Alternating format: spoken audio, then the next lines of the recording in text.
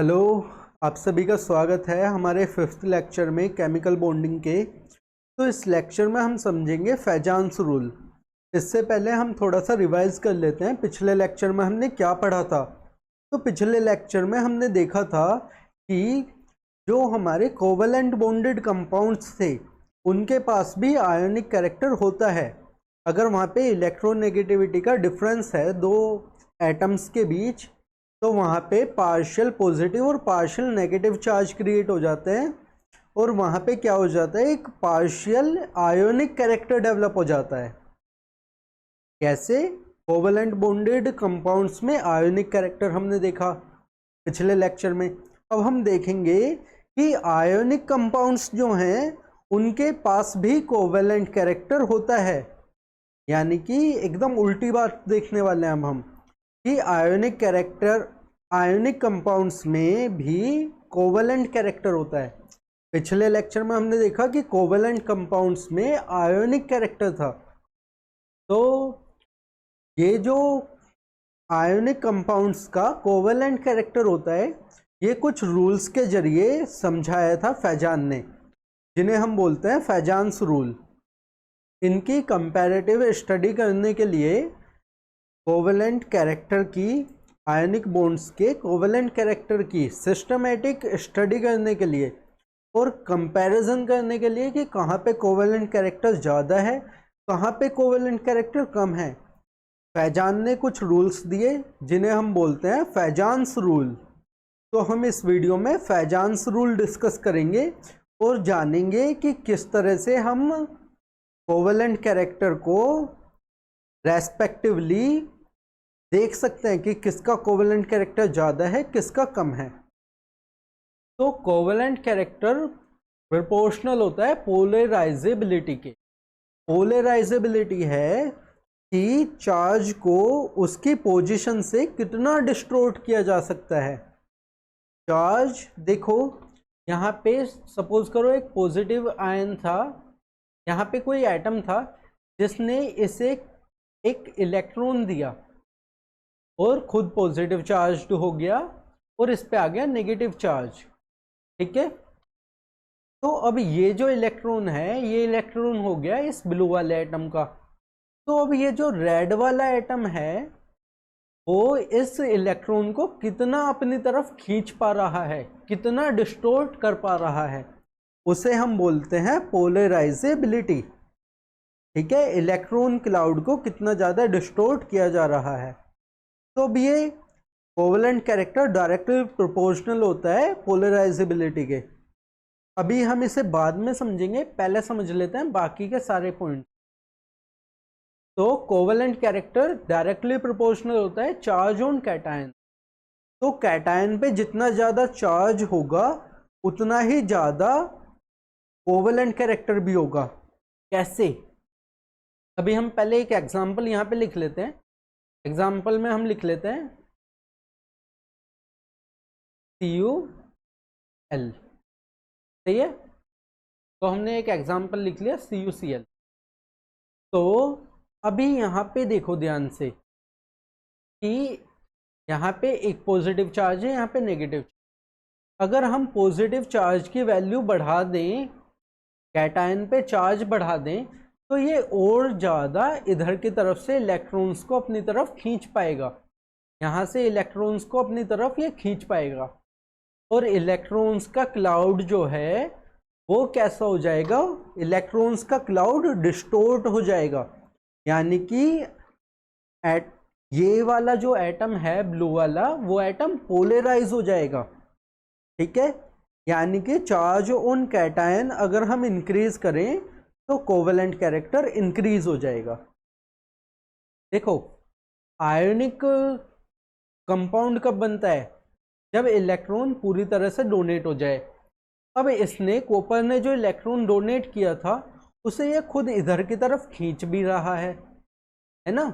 तो क्लोरीन के ऊपर जो इलेक्ट्रॉन्स की डेंसिटी थी वो क्लोरीन के ऊपर ना रुक के थोड़ी बीच की तरफ शिफ्ट होने लगी। कैसे शिफ्ट होने लगी? इस पॉजिटिव चार्ज की वजह से। तो इसे बोलते हैं पोलराइजेबिलिटी। और अगर चार्ज हम बढ़ाएंगे तो और भी ज़्यादा इलेक्ट्रॉनिक क्लाउड में हमें डिस्टोर्शन देखने को मिलेगा, यानी कि एटम और भी ज़्यादा पोलराइज हो रहा है, तो कोवेलेंट कैरेक्टर और भी ज़्यादा बढ़ेगा। अब दूसरी चीज़ देखते हैं, साइज ऑफ कैटायन घटेगा तो कोवेलेंट कैरेक्टर बढ़ेगा। इन्वर्सली प्रोपोर्शनल का मतलब होता है कि ये चीज़ अगर घटेगी तो ये वाली चीज़ बढ़ेगी, ठीक है। तो अगर साइज हम घटाएं तो कोवेलेंट कैरेक्टर बढ़ेगा। देखते हैं कैसे। हमने यहाँ पे चार्ज तो फिक्स रखा, पर इसका साइज हमने क्या कर दिया, इसका साइज हमने घटा दिया। अब देखो, अगर इसका हमने साइज घटाया है तो चार्ज जो था पर वॉल्यूम वो इंक्रीज हो गया। पहले देखो डेल्टा पॉजिटिव चार्ज ये इतने ज़्यादा एरिया पे फैला हुआ था, अभी ये चार्ज तो सेम है पर एरिया पे ये कम फैला हुआ है, यानी कि चार्ज डेंसिटी जो है उसकी वैल्यू इंक्रीज हो गई, चार्ज डेंसिटी बढ़ गई, यानी कि अब इसकी चार्ज डेंसिटी बढ़ गई तो ये और भी ज़्यादा अच्छे से इसके एनायन के इलेक्ट्रॉन्स को अपनी तरफ खींच पाएगा, एनायंस के इलेक्ट्रॉन्स को ये अपनी तरफ और भी अच्छे से खींच पाएगा क्योंकि इसकी चार्ज डेंसिटी बढ़ चुकी है। तो यानी कि कोवेलेंट कैरेक्टर इंक्रीज हो गया। अब अगला देखते हैं, चार्ज ऑन एनायन। अब देखो, अगर एनायन पे चार्ज बढ़ेगा, अगर एनायन पे चार्ज बढ़ता है, हम थोड़ा सा इरेज करते हैं, तो अब ध्यान से देखो, अगर एनायन पे चार्ज बढ़ेगा तो क्या होगा, हमारा एनायन पे चार्ज बढ़ेगा तो इसकी आयोनिक रेडियस थोड़ी सी इंक्रीज हो जाएगी, पहली बात। और दूसरी बात, जब चार्ज यहाँ पे बढ़ेगा तो इलेक्ट्रोस्टैटिक फोर्स जो अट्रैक्ट कर रहा था इन्हें इलेक्ट्रॉन्स को, वो थोड़ा कमज़ोर हो जाएगा, तो यानी कि इलेक्ट्रॉन्स ज़्यादा जल्दी बाहर जा सकते हैं। तो ये जो पॉजिटिव एटम था, पॉजिटिव कैटायन था, ये इलेक्ट्रॉन्स को ज़्यादा आसानी से खींच पाएगा क्योंकि यहाँ पे चार्ज इंक्रीज होने की वजह से न्यूक्लियस से जो फोर्स लग रहा था वो फोर्स कमजोर हो गया। समझ रहे हो ना, यहाँ पे चार्ज इंक्रीज हुआ तो बाहर की तरफ लगने वाला फोर्स बढ़ गया और अंदर से जो फोर्स लग रहा था वो थोड़ा डिक्रीज हो गया, इफेक्टिवनेस उसकी कम हो गई। तो इसीलिए अब ये पॉजिटिव आयन जो है वो ज़्यादा अच्छे से चार्ज को अपनी तरफ खींच पाएगा, ज़्यादा डिस्टोर्शन शो होगा इलेक्ट्रॉन क्लाउड में।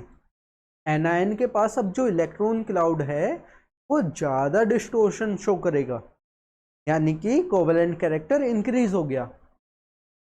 ये इंक्रीज होगा तो कोवेलेंट कैरेक्टर इंक्रीज होगा। अब साइज ऑफ एनायन बढ़ेगा तो भी कोवेलेंट कैरेक्टर बढ़ेगा। क्यों? क्योंकि देखो, साइज अगर एनायन का बढ़ रहा है तो इसका मतलब है कि आयोनिक रेडियस में इंक्रीज हो रहा है। आयोनिक रेडियस अगर बढ़ेगी, अब हो गया साइज इतना, तो जो हमारा इलेक्ट्रोस्टैटिक फोर्स लग रहा था न्यूक्लियस से वो कम हो गया। देखो कैसे, इलेक्ट्रोस्टैटिक फोर्स का फॉर्मूला क्या होता है, 1/4 pi epsilon naught Q1 Q2 over R square. अगर इनके बीच की डिस्टेंस बढ़ गई, अभी तक तो ये था इस शेल में, अभी ये था इस शेल में, अब क्योंकि हमने एनायन का साइज बढ़ा दिया तो अब ये पहुंच गया थोड़ा ऊपर।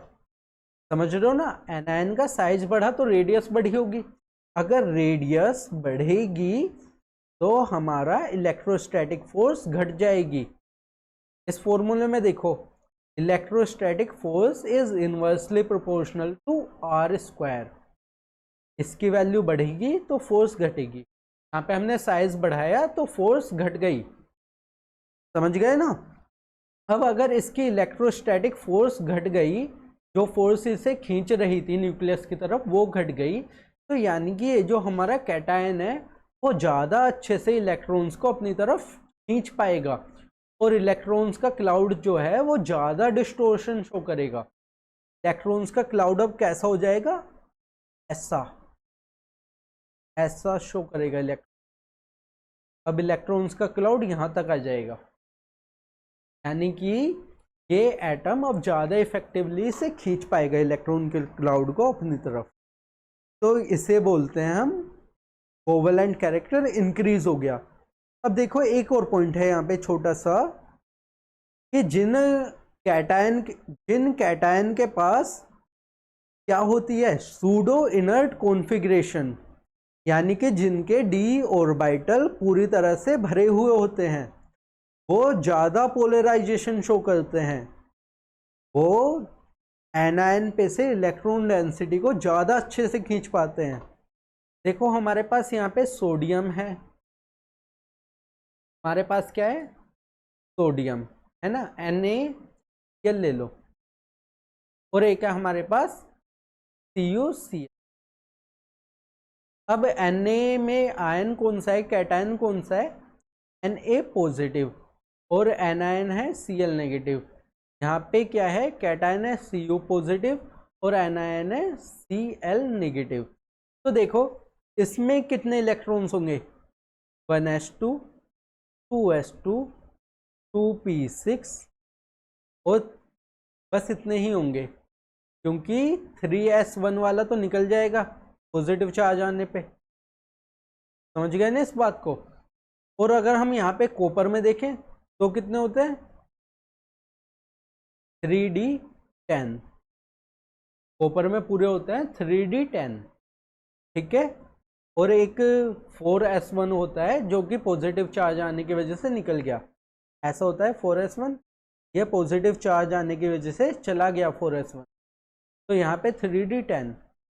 तो अब इसका जो कोवेलेंट कैरेक्टर होगा, इस कैटायन से बनने वाले कंपाउंड का कोवेलेंट कैरेक्टर, वो ज़्यादा होगा इस वाले कैटायन से बनने वाले कंपाउंड के कोवेलेंट कैरेक्टर्स, यानी कि CuCl का कोवेलेंट कैरेक्टर ज़्यादा होगा NaCl से। तो ये भी फैजान रूल है। अब हम एक न्यूमेरिकल कर लेते हैं। न्यूमेरिकल तो क्या क्वेश्चन जैसे ही है, वो सिंपल सा। तो अब यहाँ पे हमें कंपेयर करना है कोवेलेंट कैरेक्टर, हमें कोवेलेंट कैरेक्टर का ऑर्डर लिखना है। तो हमने देखा था कि यहाँ पे देखो एनायन सेम है, यानी कि हमें प्रॉपर्टी कौन सी लगानी है, कैटायन वाली। हमें पता है कि कैटायन का साइज डिक्रीज होगा तो कोवेलेंट कैरेक्टर इंक्रीज होगा। कैसे, यहाँ पे हमने लिखा हुआ है कि कैटायन का साइज डिक्रीज होगा तो कोवेलेंट कैरेक्टर इंक्रीज होगा, ठीक है। तो कैटायन का साइज डिक्रीज कैसे होगा, सबसे पहले आता है लिथियम, सबसे छोटा साइज, फिर यहाँ पे लिख लेते हैं हम सबसे बड़ा साइज, तो KCl पोटेशियम सबसे बड़ा, फिर उससे छोटा सोडियम, फिर सबसे छोटा लिथियम, यानी कि इसका कोवेलेंट कैरेक्टर सबसे कम, क्योंकि साइज बढ़ेगा तो कोवेलेंट कैरेक्टर घटेगा, और इसका कोवेलेंट कैरेक्टर सबसे ज़्यादा, क्योंकि साइज कम है इसलिए कोवेलेंट कैरेक्टर ज़्यादा होगा। अब कर लेते हैं हम अपना अगला question, right decreasing order of covalent character. Decreasing order लिखना है।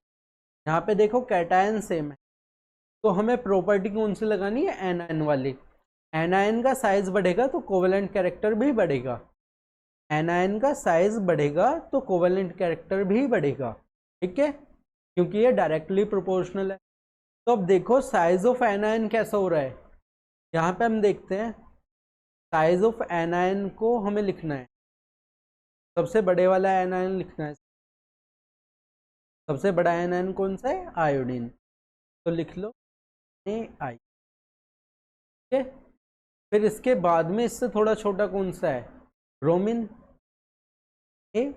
यार छोटा है कौन सा है, क्लोरीन, Cl, और सबसे छोटा क्या है, क्लोरीन।